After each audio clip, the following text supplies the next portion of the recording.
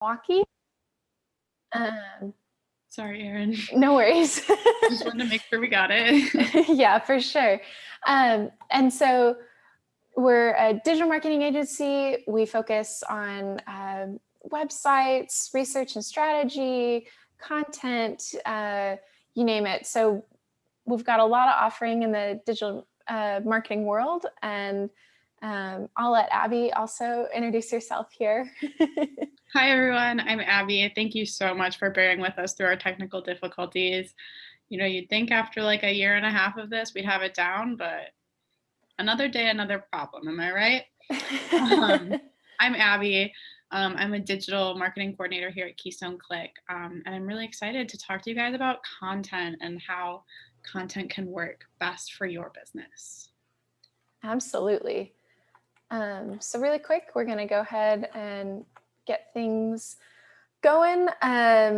Quickly run through today's agenda. So we'll go over content strategy, just the basics of it. To start, we'll review quickly how to define your audience. You'll see that be a guiding theme throughout our presentation of why you should be defining your audience and how to use that information. We'll also cover a lot of ways to both create and distribute content for your business. We'll go over the 3 keys to remember when building your content strategy, and then a couple of reminders as you finalize things and get started. And then, as I mentioned before, we're going to have a question and answer session at the end. But if you log on a little bit after, at any point, if you have questions, please just drop them in the chat, message them to us, and we'll be sure to cover them.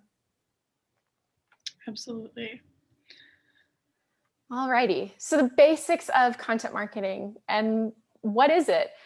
So content marketing is a strategic marketing approach focused on creating and distributing valuable, relevant, and consistent content to attract and retain a clearly defined audience, and ultimately to drive profitable customer action.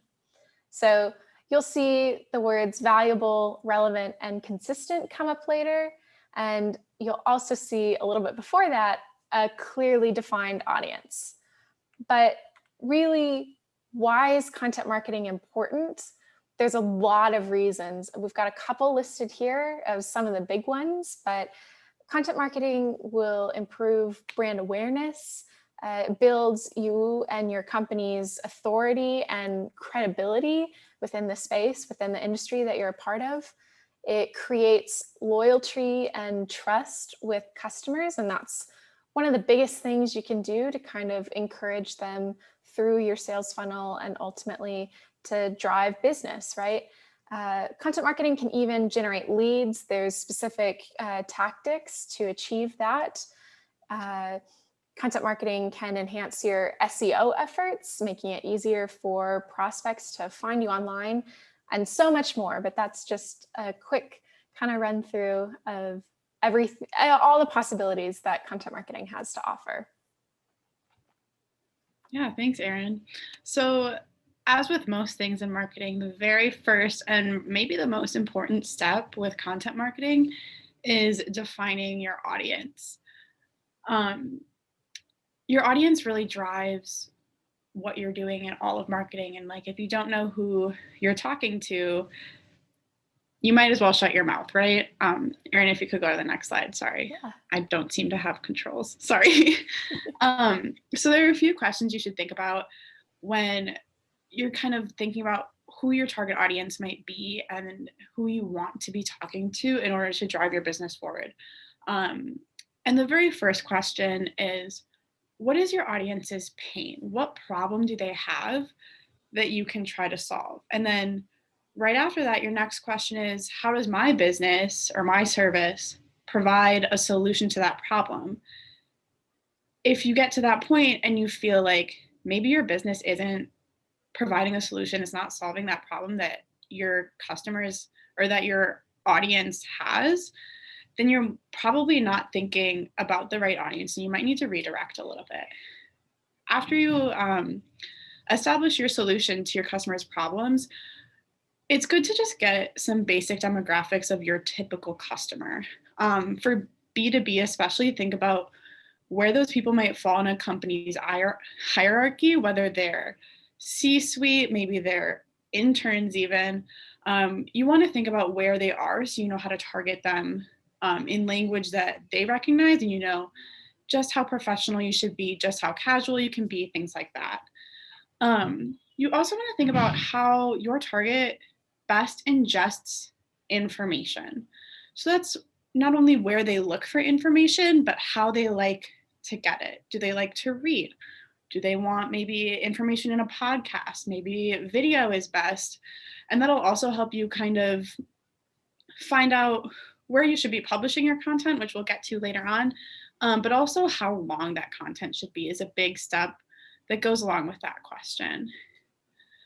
Also, you want to think about where your audience goes first when trying to solve their problem. You want to think about kind of their thought process in that problem solving stage. So if your audience first goes to Google to try to solve a problem, you want to show up on Google, because otherwise you're probably not going to be reaching those people whose problem you can solve, and your business might falter a little bit because of that. Finally, you need to know if location is important to your customers.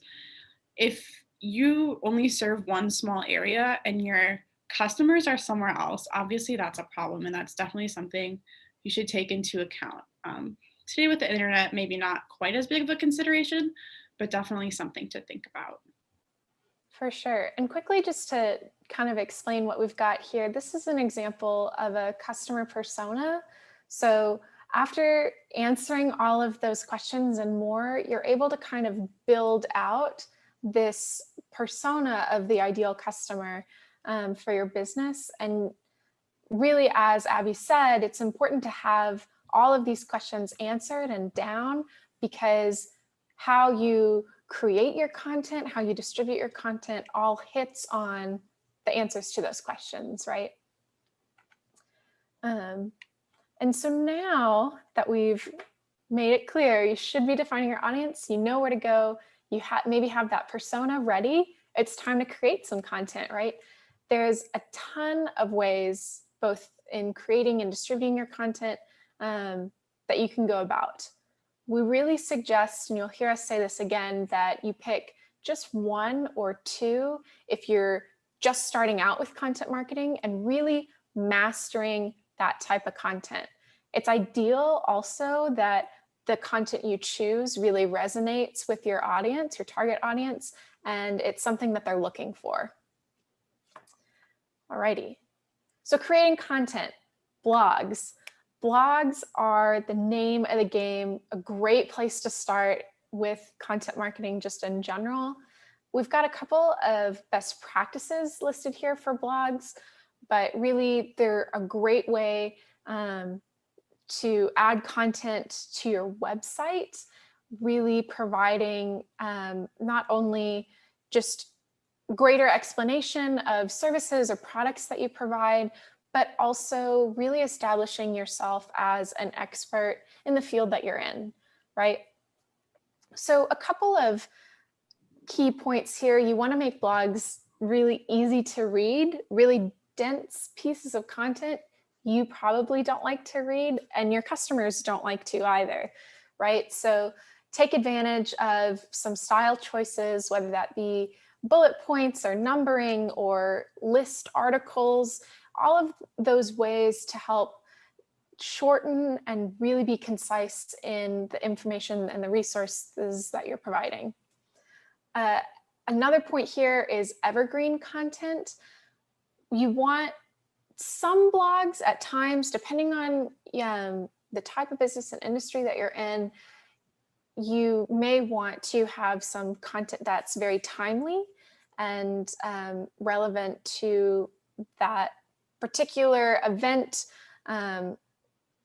But there's also what we call evergreen content, which is long lasting, right? More of those descriptive things that you may go back and update from time to time, but really can continue to live on your website and be a great resource time and time again for your customers. You definitely want to target more words. We say that 800 or more words per blog is kind of the sweet spot. It gives you enough to incorporate some keywords to help boost your SEO, both with your blogs and your overall website. And then optimizing your posts, again, taking those keywords, incorporating them as you would with some other search engine optimization. And that allows you really to maximize the value of every blog that you write. Ebooks are kind of the longer form of a blog, right? And where we kind of suggest or recommend ebooks is for topics that are extremely specific, but also have a lot of information to provide within that space. So if you can concisely convey that information in a blog's better suited. But if it's multiple blogs and they're all in this one theme and they're all connected, maybe an ebook is a better choice for you. Ebooks are also a great way to take advantage or make gated content. So what that means is essentially, in order for a prospect or a user on your website to access your ebook, you ask them for a piece of information in return. Where you'll see this often is, hey, provide your name and your email. We'll send you the PDF of our full ebook, right? So they get it very easily. It's still possibly a free resource to them, and it's quite a lot of in-depth information. At the same time, it gives you a little bit more of what we refer to as a lead generation strategy, where you have that name and email to follow up with them later and say, I saw that you were interested in our ebook, and maybe you'd be interested in this additional resource, or you'd be interested in this service. Ebooks can also be a center of a campaign, a larger campaign that you distribute across multiple channels and platforms. Yeah, so one piece of content that you may not have thought of when you think content marketing, it's a little bit less typical maybe, is interviews. When you first think of interviews, you might be thinking like interviewing for a job, or maybe like getting interviewed by a broadcast reporter to be on the news. And this is kind of like that, right? You know what an interview is. Someone's asking you questions, you're giving them answers, things like that. This is a really good way, including this content is a really good way to become a thought leader in your field. And that's really what interviews are for as far as content marketing. So think like podcasts, Q&A blogs, answering online questions in like a forum, maybe even an FAQ. And these interviews can be used so many different ways. Like I said, blogs, podcasts, you could do a video. They really have a lot of potential as far as content goes. So for example, if you have a podcast, you could invite prospective consumers on to talk about their specific niche. That kind of generates a rapport and creates a whole bunch of content all in one. And hopefully your guests will have enjoyed being on the show and share with their audience, and that helps further your reach as well. Your message really has potential to spread like wildfire with interviews, because you're talking to a real person, and that real person will probably talk to other real people about talking to you. And that's really good, just kind of name to name recognition. You can also then take your podcast or interview and turn it into so many other pieces of content to use in other places. Like I said before, it's really kind of, interviews are really kind of the piece of content that keeps on giving. Next, we talk about case studies. Case studies are a longer form of content and maybe might take a little bit more time to make, a little bit more of a commitment, but they help you build trust with potential customers, because a case study is an example of your work without maybe so far as going into the actual deliverable. So the way we structure our case studies here at Keystone Click is we start with the problem that a client came to us with, And then we go on through kind of like our strategy and how we solve that problem and then the end result. And that's a really great way to show your client or your prospective clients what you can do and how you can help them and elevate their own business or brand, whatever it may be. Case studies are also great evergreen content. You can use these forever unless you change your business completely and do something completely different. These will work for you for so long. Um, they also are great for keywords. If you were in our webinar 2 weeks ago, you know all about keywords, but that'll really help boost your SEO for your site. And you'll also be talking about direct industries and using words that people would search for when trying to, again, find a solution for their problems. People love when you talk about them and when you brag about them a little bit. So not only does it help you foster relationships with prospective clients, you also get to nurture those relationships that you have with past clients and maybe upsell them and continue on with them. It's really good to have a dedicated spot for these on your website. Having them mixed in with blogs or something else can be a little confusing. So it's really good to have a dedicated spot for your case studies to live on your website. But like I said, it's great evergreen content. You can use it so often for so long. It makes great social media posts and things like that. It's really, really easy content to reuse. Absolutely. We also talk about newsletters, and newsletters are a more design focused perhaps, or even just a way to engage your leads once you have them on an email list, right? And hopefully provide them with a little bit more information that increases their likelihood to convert down the line. So newsletters are often a consistent form of outreach and engagement. They're value driven. So again, they're not, the point of a newsletter is not to sell in most cases. It's more of an opportunity to, again, show all the different forms of value you can provide, whether that's in the form of promoting your next webinar, for example, as we have here. We also include some of our latest blogs, our case studies. We make mention of a lot of different things that are resources to prospective clients, but also maybe lending some additional credibility to our most recent feature and other publications, etc. And all of that really, again, engages that lead, gives them a little bit extra value, and makes your business a little bit more credible in their eyes. You can do some promotions from time to time. It's a great place to do it.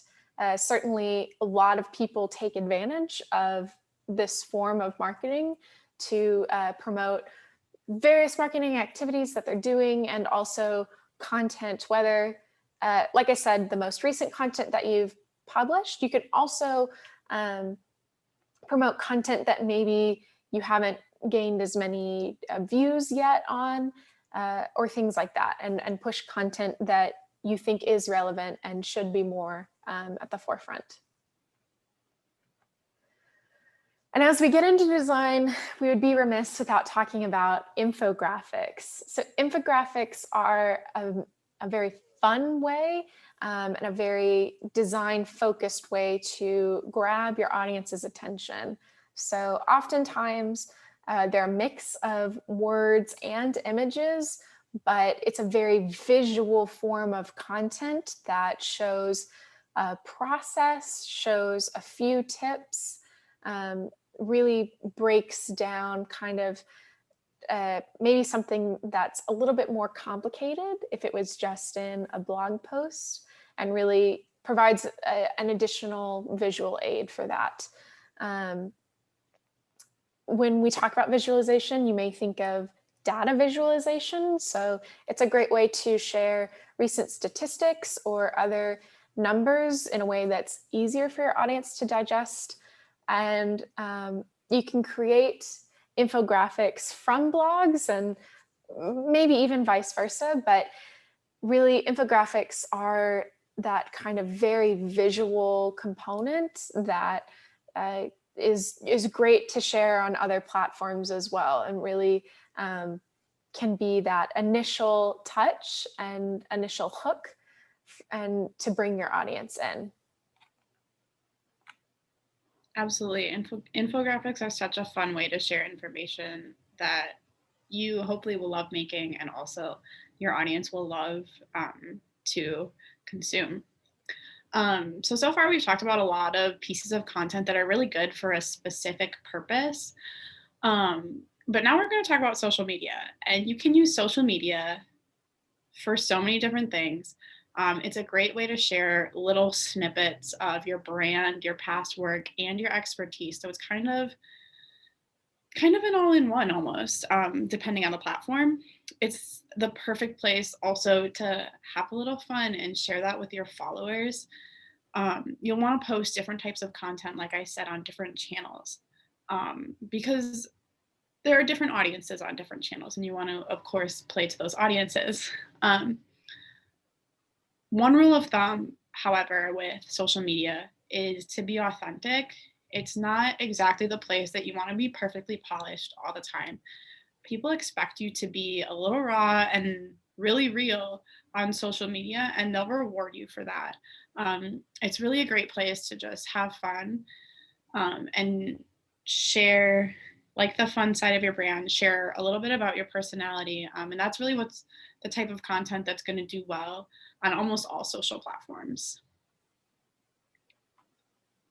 Social media is also, sorry, Erin, I had one more thought. Social media is also, as far as all of the content that we've discussed so far, social media is probably the most efficient as far as time commitment goes. I'm sure you guys all are on social media, and like it doesn't take that long to make an Instagram post. It doesn't take that long to write a LinkedIn post. Obviously, you should be thoughtful with what you're saying and what you're posting, but compared to an ebook, much less of a time commitment, which is great, especially for entrepreneurs and small businesses. And if you're just getting started too, it's a great way to just polish very short snippets of messaging before you move forward. Absolutely. So last but surely not least is video, which is a really good way to hook an audience. People obviously love watching video, and it's a great way to improve your social media and be a little bit more successful there. Video really rules the internet, right? It's easy to consume. It can go on YouTube. It can go on social. YouTube is the second largest search engine behind Google. So if you're producing videos, you should put them on YouTube. Even if you don't think that maybe they're not quite long enough for YouTube, YouTube is really a video search engine, and it's really a good place to boost your business. 82% of Twitter users consume video content. 92% of mobile video viewers share videos with other people. So your videos, when you post them on social, really have the potential for really, really great reach. 87% of internet marketers leverage video to meet their business goals. On the screen here, you see a screenshot of a little Keystone Click commercial that we made a few months ago. And earlier today, we actually had our internal marketing meeting, and we were talking about the great web traffic and social spikes that we got from this video. And we spent a day filming this. So even though video is a little bit more challenging, it really does pay off in the end. Some best practices for video. You want to make sure that your light and your sound quality are up to par, especially if you're going to be posting that video on YouTube. Like, that's probably a place where people are going to be looking at it on a bigger screen, and you want to make sure you look good, right? Keep it short and sweet unless the content requires a longer form video. Even then, try to be concise. Try not to take more time than you really need. People have shortest attention spans. And then finally, just share that video everywhere you can, everywhere you think it's appropriate. Um, like I said before, video really has the potential to spread. So sharing it as many places as possible is really, really a best practice because of the potential video holds, and it can really kind of shoot you forward.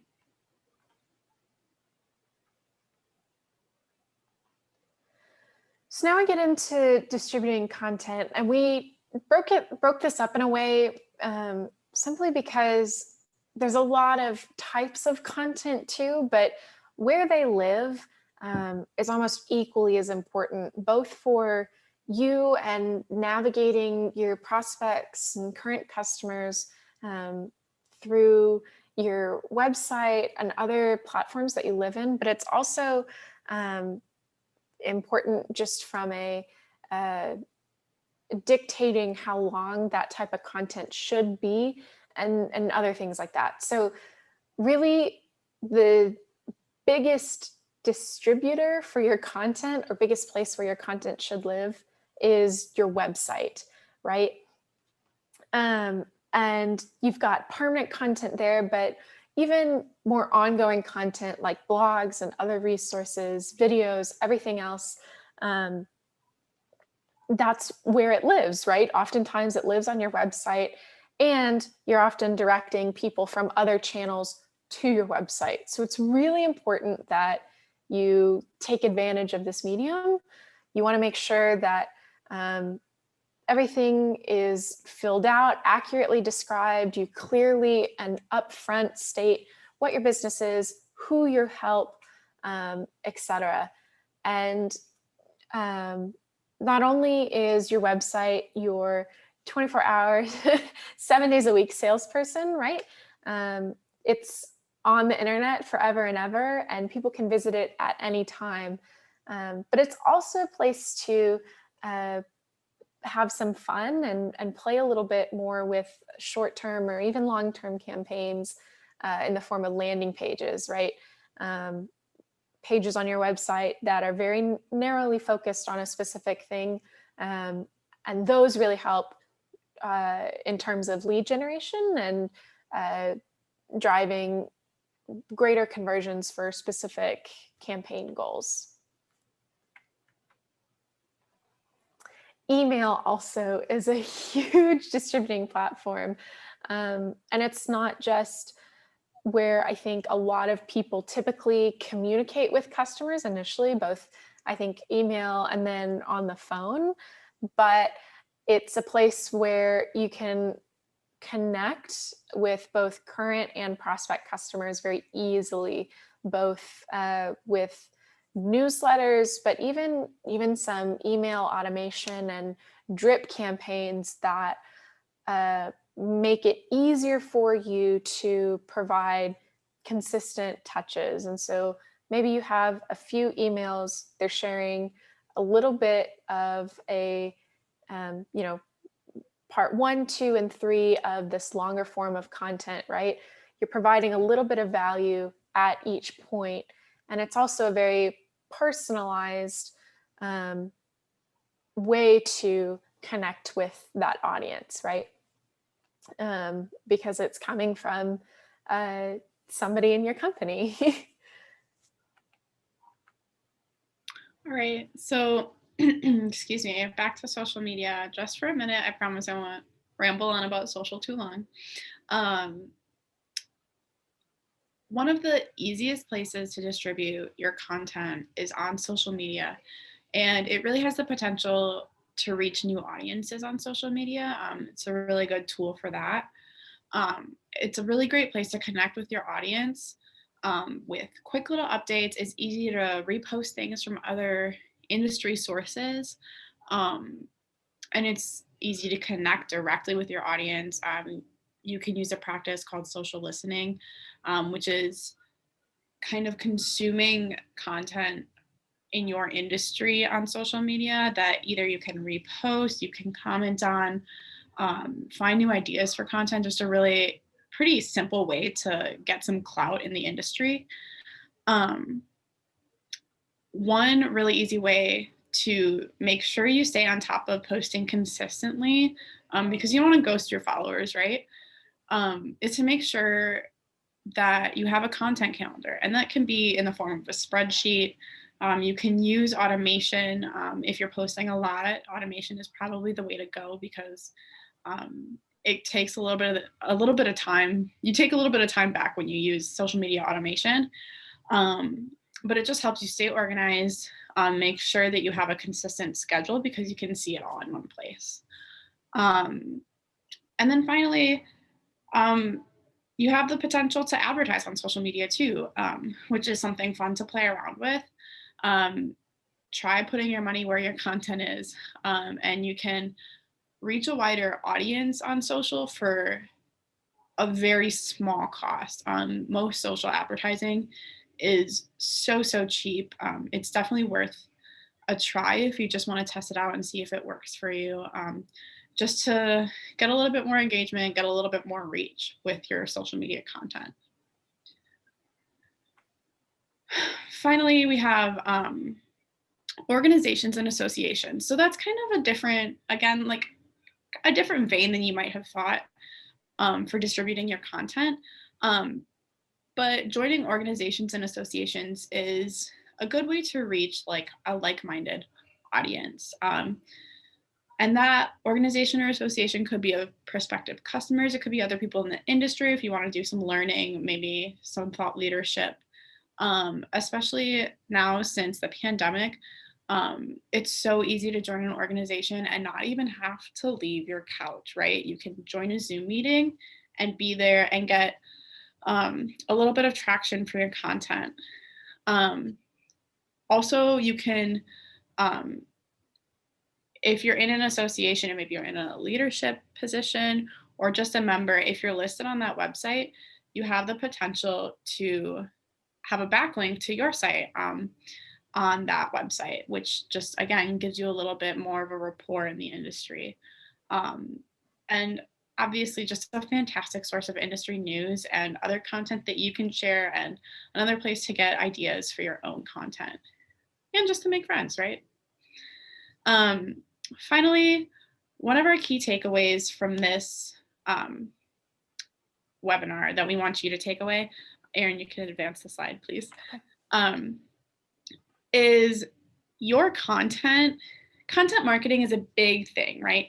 We're throwing so much information at you right now, all these different types of content you can make, all these different places you can put it.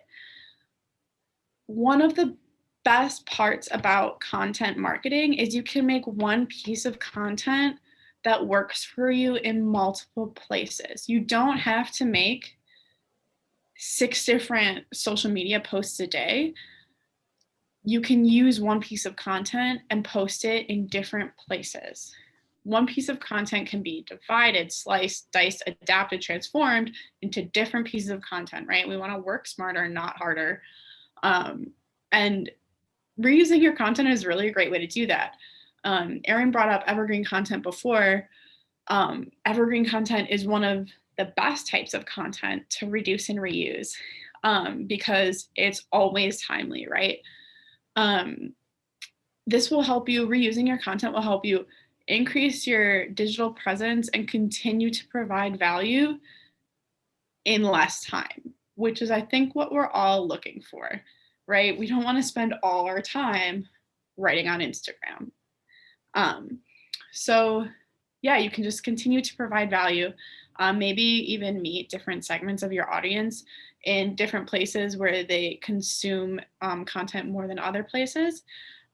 It's just really a way to make your life easier. Highly suggest you reuse your content. You put so much time and effort into it. There is no reason at all that you should only use it once. Absolutely.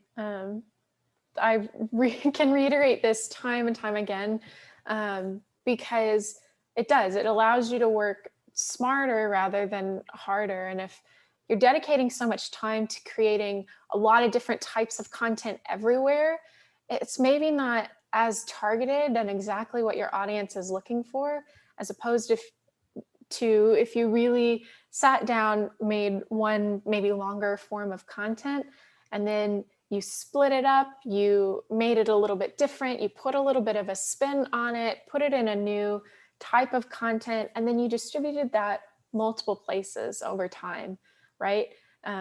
That way it's really working for you. And it also, like Abby said, hits different segments of your target audience where they're living.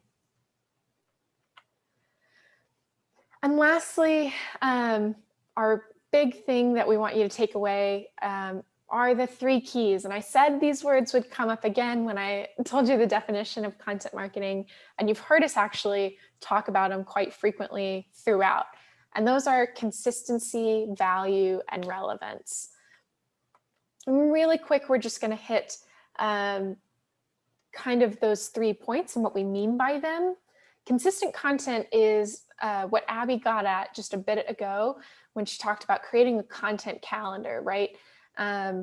Really mapping out your posts or other ways that you're reaching out to your audience, not only for your benefit to kind of balance how much content you're creating, or even preparing out a full month ready to go to send off. But really, it ensures that you are consistently reaching out to your audience, right? You don't want to reach out to them once or twice and then leave them in the dust.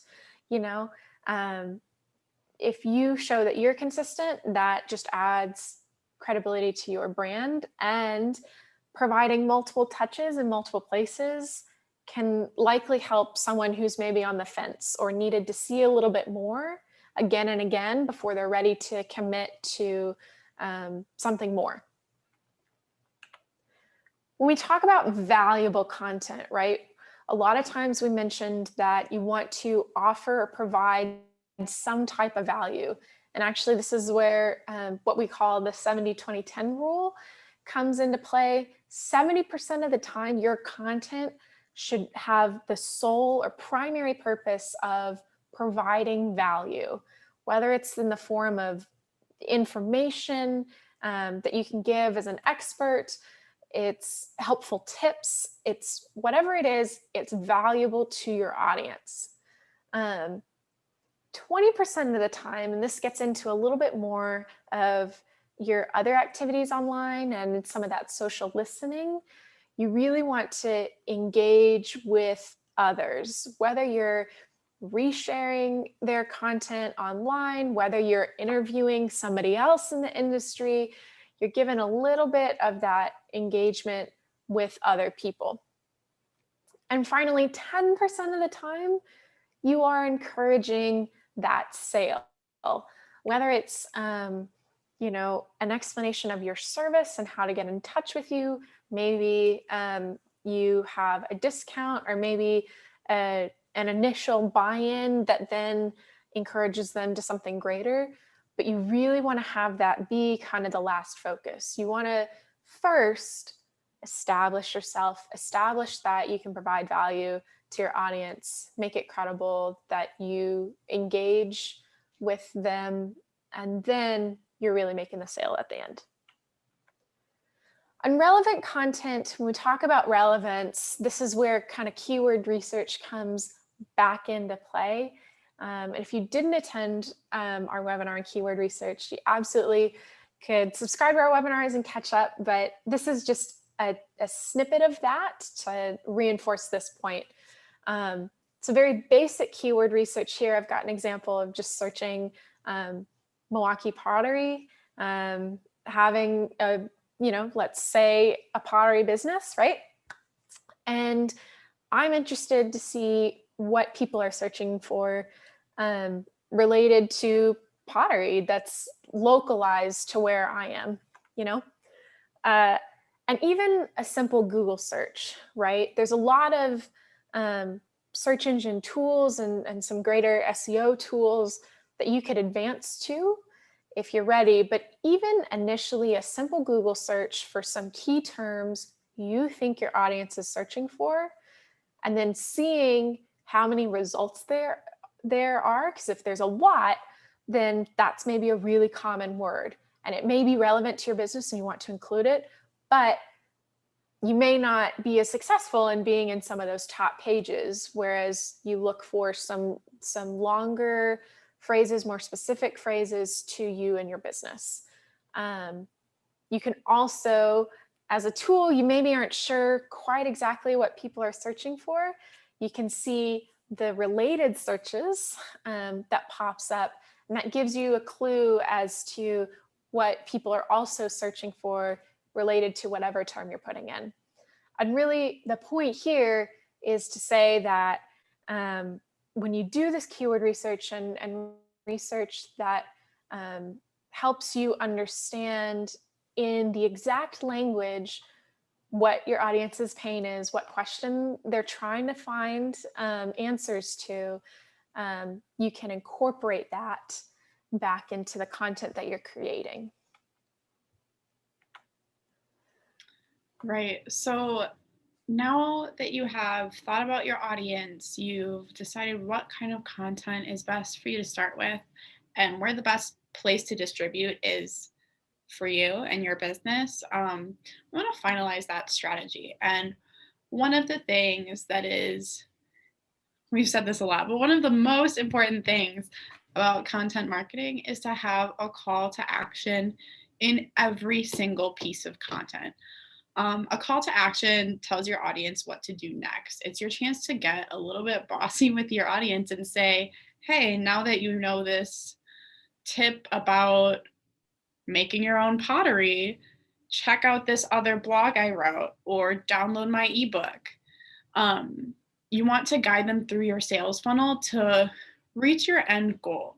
Part of finalizing your content strategy is kind of developing that customer journey you want to take them on, from whether your blogs, your social, YouTube, maybe other website content. You want to have an end goal for those customers in mind. Maybe it's just getting their email, so then you kind of have them as a captive audience that you can send a newsletter to. Calls to action are so important because it's a long game. It's a long game that allows you to hopefully make sales down the road. It might not happen right away, but it's a great way to get your audience's information and get started guiding them through that funnel.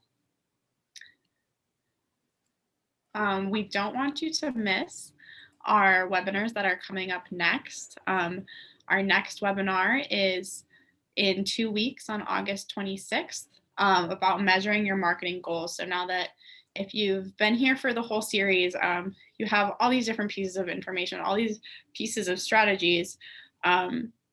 You can find a way to see if they're really working for you and your business. You can see the rest of our upcoming webinars listed below. If you don't want to miss any of them and you would like to get recordings to every single one of our past webinars, you can subscribe at keystoneclick.com/webinars. And that really gives you an all access pass. You'll get invites to upcoming webinars so you won't miss any, and old webinar recordings that you can refer to at any time whenever you need some marketing guidance. And we'd love to see you here again. Absolutely. And now we're really at the end, time for questions and answers. I know we've got a few questions that came in throughout the presentation. So somebody asked if we had a suggested tool for keyword research. I would say if you're just starting out, just some of that initial searching in Google by yourself, you can get some of those initial numbers, get a general sense, but moving on, Moz, Keyword Explorer is a popular one. Some SpyFu, these are oftentimes to get a large amount of information or more information available to you. They are kind of more premium tools, but if it's something that you're really interested in, either you can get that research conducted by somebody else who specializes in it, including ourselves. But also, having just some initial words and ideas, you can build it without necessarily the full extent of all those numbers that come with the tools, if that makes sense. I think those were some great suggestions, Erin. I also see a question here. Looking for a suggestion of where to start with content marketing. I would say, like Erin said, I think pretty close to the start of the webinar. Evaluate once you have your audience and you've thought a little bit about where they are. You can see where the best place to start for you is, and then create content accordingly.